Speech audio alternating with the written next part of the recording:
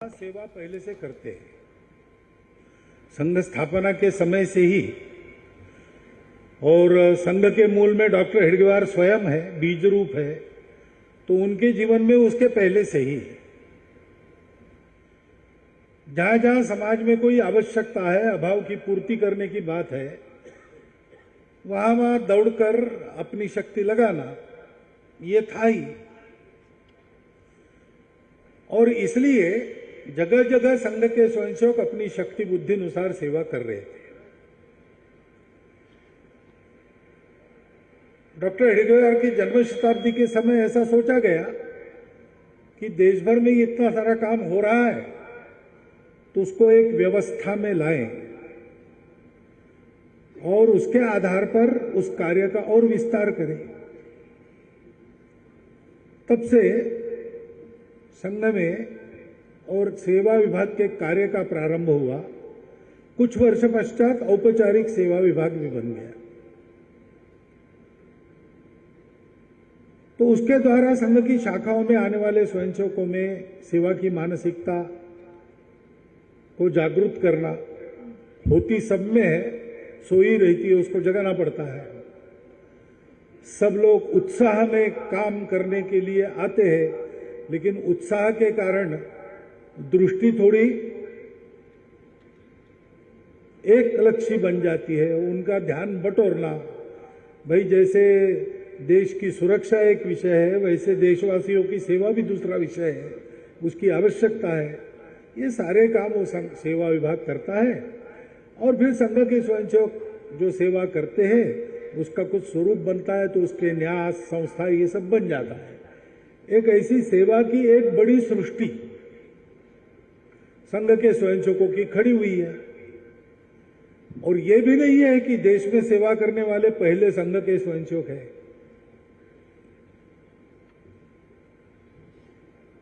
हमारे देश में ये सेवा का मंत्र तो पहले से दिया गया है। अभी एक बार ऐसा सोचा गया कि सेवा कहने के बाद, सर्विस एक्टिविटी ऐसा कहने के बाद सामान्यतः देश के प्रबुद्ध जन मिशनरियों का नाम लेते हैं। दुनिया भर में मिशनरी अनेक संस्थाएं चलाते, अनेक स्कूल चलाते, अस्पताल चलाते, सबको पता है। तो ये हिंदू समाज के संत सन्यासी क्या कर रहे हैं, ऐसा सोच के एक बार चेन्नई में, तमिलनाडु में जितने हिंदू संत है उनका अगर कोई सेवा केंद्र होगा, कोई सेवा करते होंगे, तो उसको आमंत्रित करके एक हिंदू सर्विस सेवा फेयर ऐसा किया गया।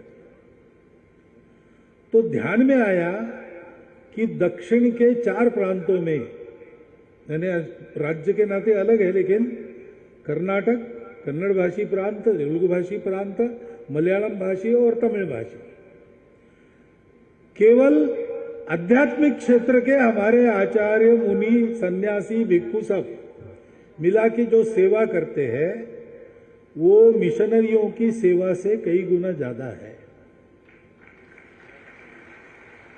अब मैं ये स्पर्धा की बात नहीं कर रहा हूं, उनसे ज्यादा, उनसे कम, ये मेरा पैमाना नहीं है। सेवा का ये पैमाना हो भी नहीं सकता। सेवा सेवा है। सेवा कोई स्पर्धा की बात नहीं है। सेवा से कोई काम निकालना नहीं है।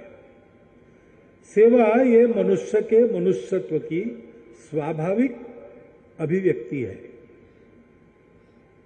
मनुष्य और पशु में अंतर क्या है? तो पशु को संवेदना होती है, नहीं होती है बिल्कुल ऐसा नहीं। एखादे घर में एखादा व्यक्ति गुजर जाता है तो उस घर की गाय 3 दिन खाती नहीं, उस घर का कुत्ता खाना पीना छोड़ देता। ऐसे कई प्रसंग प्रत्यक्ष लोगों के अनुभव में है। उनको भी समझ में आता, संवेदना सबको होती है, लेकिन संवेदना पर कृति करना ये गुण मनुष्य का है, उसको करुणा कहते हैं। अभी G20 हुआ, G20 में एक C20 भी हुआ, सिविक 20 ऐसा। तो वो नागपुर में कार्यक्रम संपन्न हुआ अभी कुछ दिन पहले। उसमें हमारे देश के नोबेल पुरस्कार विजेता कैलाश सत्यार्थी जी आए थे, विवेकानंद केंद्र की उपाध्यक्षा निवेदिता भिड़ी जी आई थी, तो वहां आए थे। तो सत्यार्थी जी हमारे उत्सव में अध्यक्ष के नाते आए थे। निवेदिता जी का घर संघ का है, तो ये लोग मिले वहां नागपुर में, मैं भी था उस दिन। क्या हुआ G20 में, अमृतानंद माता जी का कीनोट एड्रेस हुआ, उनकी अध्यक्षता C20 के लिए थी। तो उन्होंने और कैलाश जी ने ये विषय रखा वहां पे कि हम ग्लोबलाइजेशन की बात करते हैं तो हमको करुणा का भी ग्लोबलाइजेशन करना चाहिए, यानी संपूर्ण विश्व में करुणा ये कुछ करने का आधार होना चाहिए। अंतर्राष्ट्रीय संबंधों में भी करुणा ये आधार होना चाहिए। और उसको बताते समय तीनों ने ऐसा कहा कि केवल संवेदना से काम नहीं चलता, तो संवेदना के आधार पर कृति होनी चाहिए। अगर किसी का दुख मुझे दुख रहा है, उससे मैं दुखी होता हूं, अच्छी बात है, लेकिन केवल दुखी होने से काम नहीं चलता। उस दुख का इलाज करने के लिए हमको दौड़ना चाहिए। ये करुणा है, और इस करुणा को हमारे यहां धर्म के 4 पैरों में एक स्थान दिया है। सत्य के बाद करुणा का स्थान, सत्य, करुणा, शुचिता, उपेक्षा, ऐसे 4 पैर कहे जाते हैं। उसमें सत्य के बाद करुणा है, क्योंकि ये करुणा भी सत्य की तार्किक परिणति है, लॉजिकल कंक्लूजन है। क्योंकि सत्य क्या है, हम सब एक ही तत्व से अनुप्राणित है। अगर हम सब एक है अंदर से, तो मैं अकेला सुखी हूं, बाकी दुखी है, ये मुझसे देखा नहीं जाएगा। जैसे पीरामल जी ने कहा कि मुझे जो कुछ मिला है वो सबको देने के लिए मिला है।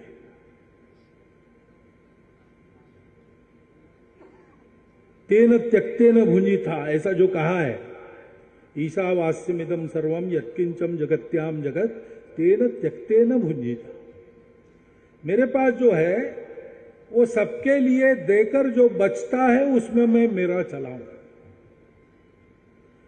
क्योंकि मैं और बाकी ये अलग नहीं है, सब में मैं हूं, मुझ में सब है।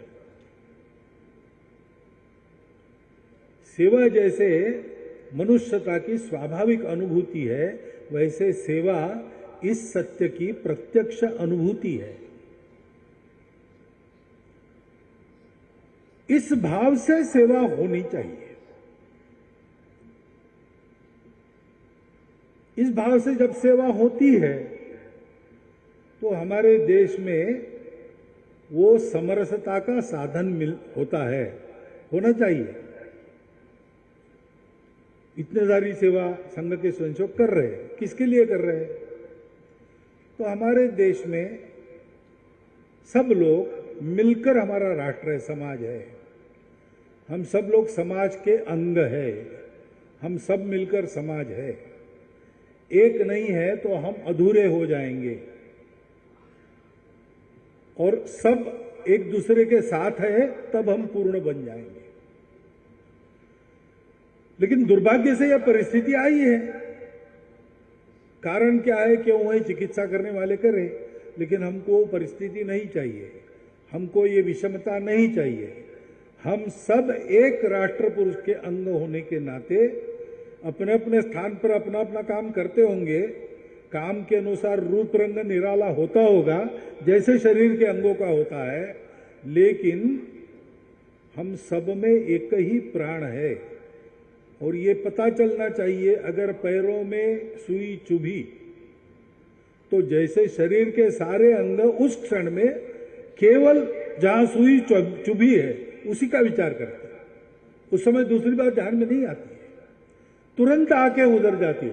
तुरंत हाथ देखते हैं कहां से क्या निकालना है, कुछ काटा वाटा है क्या जो निकालना है। सारा शरीर उस एक वहां के दुख की संवेदना से साथ केवल एक रूप नहीं होता, कुछ करने जाता है। समाज का ऐसे ही होना चाहिए। समाज का एक अंग उपेक्षित है, दुबला है, उसको नीचे का स्थान है, ये कैसे हो सकता है भाई? अगर किसी शरीर का एक अंग दुबला है, पीछे है, उसको पीछे रह दिया गया है, तो उस शरीर को स्वस्थ शरीर नहीं कहते, कहते कि पैरालिटिक है, पैर सुन्न हो गया है, उसको वैसे ही खींच रहा है। अपने देश को अच्छा देश बनाना है, विश्वगुरु बनाना है, इसका मतलब वो सर्वांग परिपूर्ण होना चाहिए, उसका प्रत्येक अंग सामर्थ्य संपन्न होना चाहिए। तो समाज में अभी इसकी आवश्यकता है, तो हमको करना है। क्यों करना है? इसलिए कि वो समाज मेरा अपना है, मेरे अंदर उस सारे समाज का एक छोटा सा रूप है, और संपूर्ण समाज में मैं अपने आप को देखता हूं। यह हमारा सत्य है। उस सत्य के आधार पर यह सेवा है, सहज सेवा है। संकल्प है तो यह है कि मेरे समाज का, मेरे राष्ट्र का कोई अंग में दुर्बल, पिछड़ा, नीचा नहीं रहने दूंगा। वो मेरे जैसा ही है। कार्य के बंटवारे में उसका मेरा कुछ अलग हो सकता है, लेकिन हम समान हैं। मेरा कार्य जितना महत्वपूर्ण और उच्च अवस्था का है, वैसा उसका भी काम उतना ही उच्च, उतना ही महत्वपूर्ण है। श्रम की प्रतिष्ठा सर्वत्र है और कोई भेद नहीं। धीरे धीरे बढ़ना पड़ेगा। महाराज जी ने जो कहा है ना, एक एक बात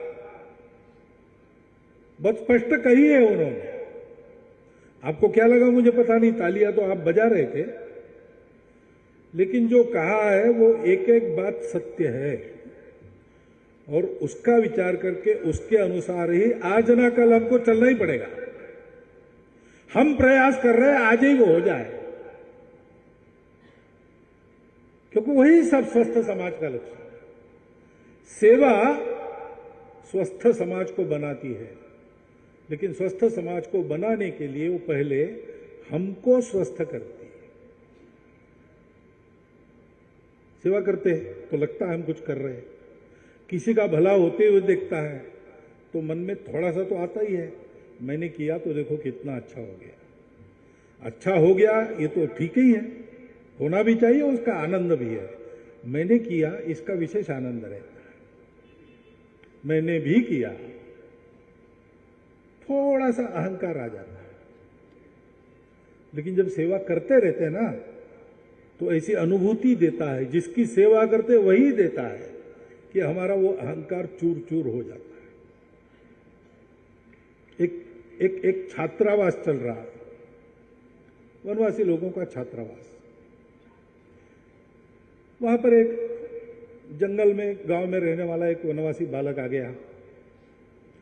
वो केवल अपना हस्ताक्षर कर सकता था और उसको अक्षर ज्ञान नहीं था, और घर में थोड़ी बहुत खेती थी, परिवार में उसकी बूढ़ी माँ थी, वो था, और कोई था नहीं। थोड़ी सी जमीन थी लेकिन उसमें चल जाता था। लेकिन थोड़ा और, क्योंकि जमीन होने के कारण चावल तो मिल जाता था, सब्जी उब्जी उगा लेते थे। जंगल में रहते तो जंगल में भी बहुत कुछ मिलता है, परंतु कभी कुछ लाना है, नमक लाना है वगैरह, तो पैसा चाहिए, मुद्रा चाहिए। उसके लिए कुछ छोटी मोटी नौकरी मैं कर लूंगा, ऐसा सोच के वो आया था ब्लॉक केंद्र पर, नौकरी ढूंढ रहा था। अब जिसको अपना हस्ताक्षर छोड़ के कुछ भी अक्षर ज्ञान नहीं, उसको क्या नौकरी मिलने वाली है? वो आया, उसके परिचित छात्रावास में एक बालक पढ़ रहा था, उसके परिचय से छात्रावास में रुका, 3 दिन घूमा, कुछ नहीं मिला। 3 दिन के बाद वो हमारे अधीक्षक के पास आया और उसने कहा कि मैं तो नौकरी वोकरी मिली नहीं, लेकिन मैं यहाँ 3 दिन से हूँ, मैं देख रहा हूँ यहाँ झाड़ू लगाना पड़ता है, यहाँ पानी भरना पड़ता है कुएं से, यहाँ भोजन बनाना पड़ता है, आप ये काम मुझे दो, मुझे वेतन दो, मैं ये काम करूंगा। घर में हमारी माता जी है, बूढ़ी है लेकिन थकी नहीं है, तो हमारी छोटी सी जमीन है, आधा एकड़ होगी वो देख लेगी, उसको मैं ये पैसे भेजते रहूँगा और कुछ बचत वचत भी करूँगा, तो आड़े वक्त में आधार के लिए हो जाएगा।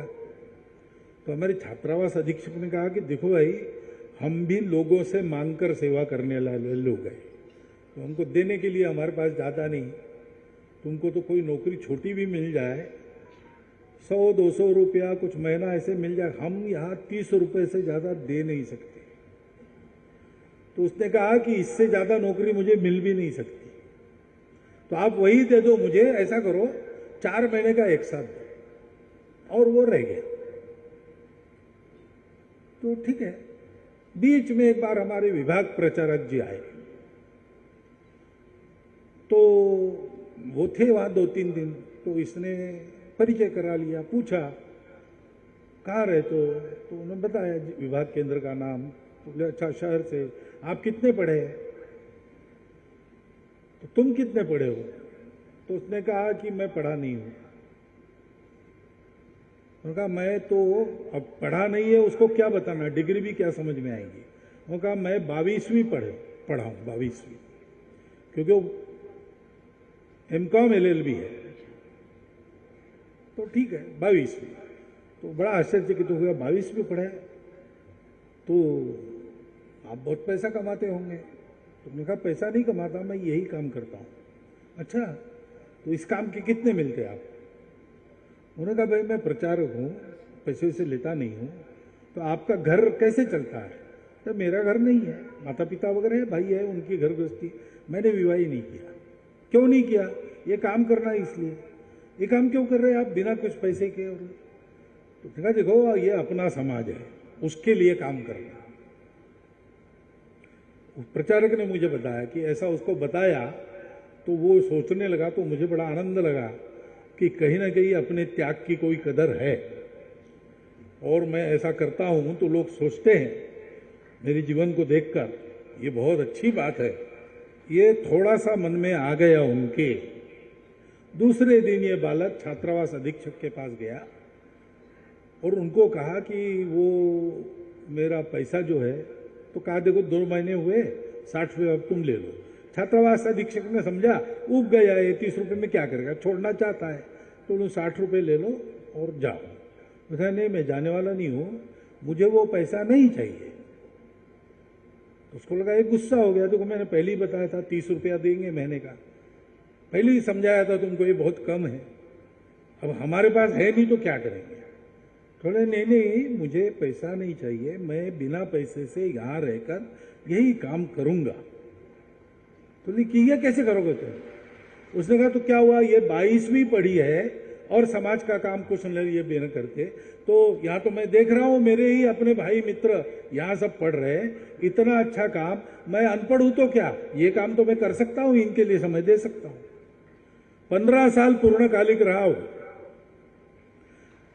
बाद में उसको अपना घर चलाना पड़ेगा, उसको देखना पड़ेगा, इसलिए ड्राइविंग वगैरह सिखाकर, बाकी पढ़ने की उसकी क्षमता नहीं थी, तो उसकी नौकरी वगैरह ढूंढकर उसको स्थापित कर दिया हम लोगों ने। लेकिन उस प्रचारक ने हमको कहा कि जब पहले बात की तब मुझे लगा कि चलो, लेकिन दूसरे दिन मैंने सोचा कि हम तो खाते पीते घर के, पढ़े लिखे, विचार कर सकने वाले, बहुत बौद्धिक पी कर और हम ऐसे तैयार हो गए और फिर जीवन दिया। इसको तो कुछ भी नहीं मिला, ये एक रात में उसने तय कर लिया कि देश के लिए करेंगे। ये अपने उस अंग की महत्ता है जो पीछे है, जो कभी कभी हम कहते हैं कि थोड़ा दूर रहो। वो सिखाता है हमको कि यहां बैठे हुए प्रत्येक सेवा कार्यकर्ता का अनुभव है। इसलिए ये सहज सेवा, उसमें संकल्प जुड़ जाता है, देश को बड़ा करना है, सबको बड़ा करना है। लेकिन देश बड़ा होगा नहीं होगा ये भविष्य की बात है। हमारा समाज आज इस स्थिति में है तो ये हमारे लिए अच्छी बात नहीं है, शोभा देने वाली बात नहीं है। हमारे समाज का एक अंग पीछे नहीं है, हम उसके कारण सब लोग पिछड़ गए हैं। ये पिछड़ापन दूर करना है, सबको समान अपने जैसा मानकर सबको सेवा के द्वारा अपने जैसा बनाना है। हम संकल्प कर सकते हैं, हम सेवा कर सकते हैं, उनकी ताकत नहीं है, उनको ऐसी ताकत देनी है कि वो ताकत पाकर वो उस हमारे पूर्णकालिक वनवासी बालक जैसे कहेंगे कि हम पीछे रहे तो क्या हुआ, हम भी कर सकते हैं। और पीछे रहेंगे नहीं, आगे आएंगे, वो भी कमाएंगे, वो भी साधन संपन्न होंगे और सोचेंगे कि इसका उपयोग जैसे पीरामल जी ने बताया था कि किसी की सेवा करने के लिए हमको मिला है, हमको भी जो मिला समाज का हाथ, वो इस समाज की सेवा करने के लिए मिला है। देने वाला देता जाए, लेने वाला लेता जाए, लेते लेते लेने वाले ने एक दिन देने वाले का हाथ ही ले लेना चाहिए, ऐसी अर्थ की एक मराठी कविता है। हमारी ये सेवा, अपनी ये सेवा, हम सबकी ये सेवा ऐसी होनी चाहिए कि जिनकी हम सेवा करते हैं वो आज उनको मजबूरी में लेने वाला बनना पड़ रहा है, लेकिन कल वो देने वाले बनेंगे और बनते हैं। क्योंकि सौभाग्य से जिस भक्ति आंदोलन का उल्लेख महाराज जी ने किया, उस भक्ति आंदोलन के कारण भारत का समाज ये वास्तविक मनुष्यों का समाज है। उनके अंदर ये करुणा है, केवल संवेदना नहीं है। और इसलिए जब संघ के स्वयंसेवक सेवा करने लगे तो उनको ये भी ध्यान में आ गया कि अपने देश में कोई अकेले हम नहीं है, बहुत लोग बहुत प्रकार से सेवा कर रहे हैं। हम ये जानते हैं कि दूर दूर से लोग आए, हजारों मील दूर से आए, उन्होंने हमारी सेवा की। हम ये नहीं जानते कि उनके आने के पहले से हम बहुत सारी सेवा कर रहे थे, कर रहे हैं और करते रहेंगे, क्योंकि सेवा का जो कारक है करुणा, वो करुणा महत्व जगाने का उद्देश्य लेकर अपनों की सेवा करने के भाव से, सेवा से उनका जो लाभ होगा वो होता ही है, लेकिन हमारे तन मन की शुद्धि होगी।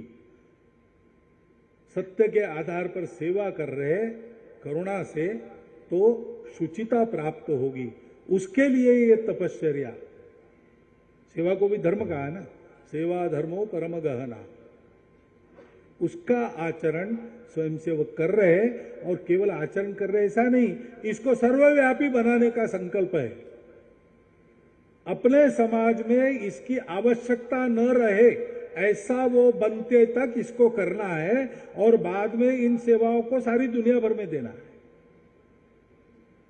आज भी देते हैं हिंदू समाज के लोग, संपूर्ण दुनिया में जहां जहां है वहां से, वहां के तात्कालिक संकटों में अथवा वहां के सदा के अभाव में वहां के लोगों की सेवा करना उन्होंने प्रारंभ कर दिया है। और इसलिए इस प्रकार का ये सेवा संगम हमारी दृष्टि को ऐसा विस्तारित करने वाला बने। हम लोग क्या क्या कर रहे हैं, कैसा कर रहे हैं, ये देखकर हमारी कल्पनाओं को चालना मिले। हमारे ध्यान में नए नए क्षेत्र आ जाए जहां हम अभी तक पहुंचे नहीं। बहुत वर्ष पहले ऐसा ही अपने समाज का एक उपेक्षित वर्ग, कम से कम जिनको हम आज वो पीछे है ऐसा कहते हैं, उनका कहीं पर नाम है, रेशन कार्ड है, मतदाता सूची में नाम, कहीं ना कहीं उनका पता चलता है कि वो है। लेकिन अपने समाज का एक बहुत बड़ा वर्ग ऐसा आज भी थोड़ा है कि उनका नाम ही नहीं है। एक जगह रहते नहीं, घुमंतु है, इसलिए डोमिसाइल नहीं है, डोमिसाइल नहीं इसलिए रेशन कार्ड नहीं, वोट नहीं, कुछ नहीं, वो है। ऐसे क्यों है? देश के स्वतंत्रता के लिए वो निरंतर लड़ते रहे।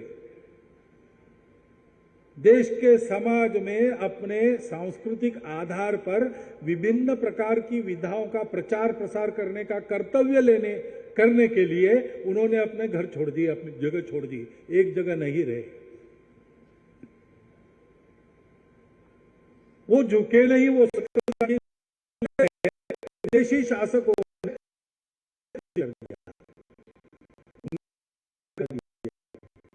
स्वतंत्रता के बाद भी वो ऐसे ही, जिनको हम भूल गए, ऐसे लोग थे। भगवान ने कृपा की, हमको दृष्टि दी, गया वहां एक काम शुरू हो गया क्षेत्र में कि इतने सारे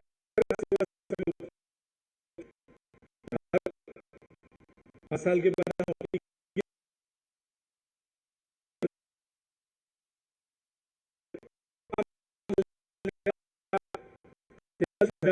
ऊपर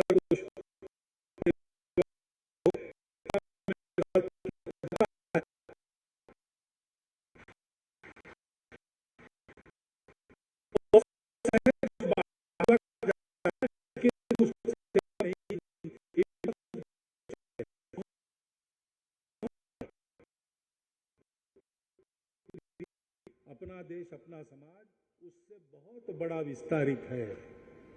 अभी भी बहुत करना बाकी है, वो भी ध्यान में आ जाए और एक उत्साह लेके हम उस तरफ चले कि हम अपनी सेवा को सर्वव्यापी बनाएं, सर्वत्र चलने वाली सेवा के साथ संपर्क करें और सेवा का अभियान समाजव्यापी अभियान बन जाए।